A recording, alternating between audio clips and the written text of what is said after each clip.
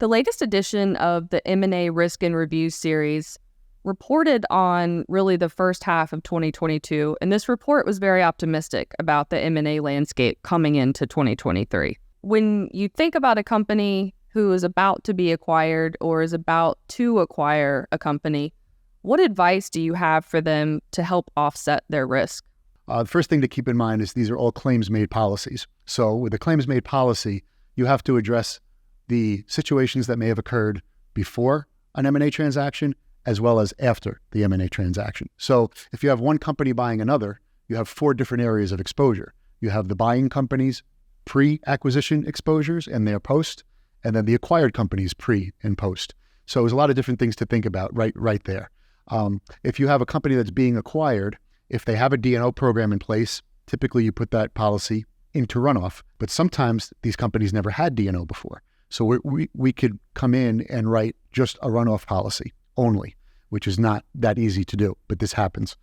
If you're working with the acquiring company, now you have a decision to make. Do you want to add the acquisition to the acquiring company's policy, which is more typical, or would there be a justifiable reason to take out a separate policy for them?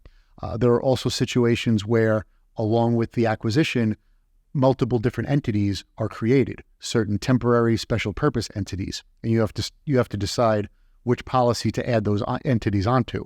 And there's different ways that can be handled as well. The other thing that you want to think about in all of these situations is the possibility of a representations and warranties policy, which is a one-time policy that you would put into place that's specific to the transaction. This is a policy that does not replace the D&O policy. It would be complementary to the D&O policy. And typically what will happen with the reps and warranties policy, at the risk of oversimplifying, if your D&O policy is going to cover claims by shareholders against their own management team that arise out of the acquisition, the reps and warranties policy is going to cover claims by the acquiring company against the acquirer, against the acquisition, or in some cases the other way around. So your D&O policy has a breach of contract exclusion, whereas your reps and warranties policy is specifically covering breaches of contract. So these are all different things to think about that we try to guide our clients through.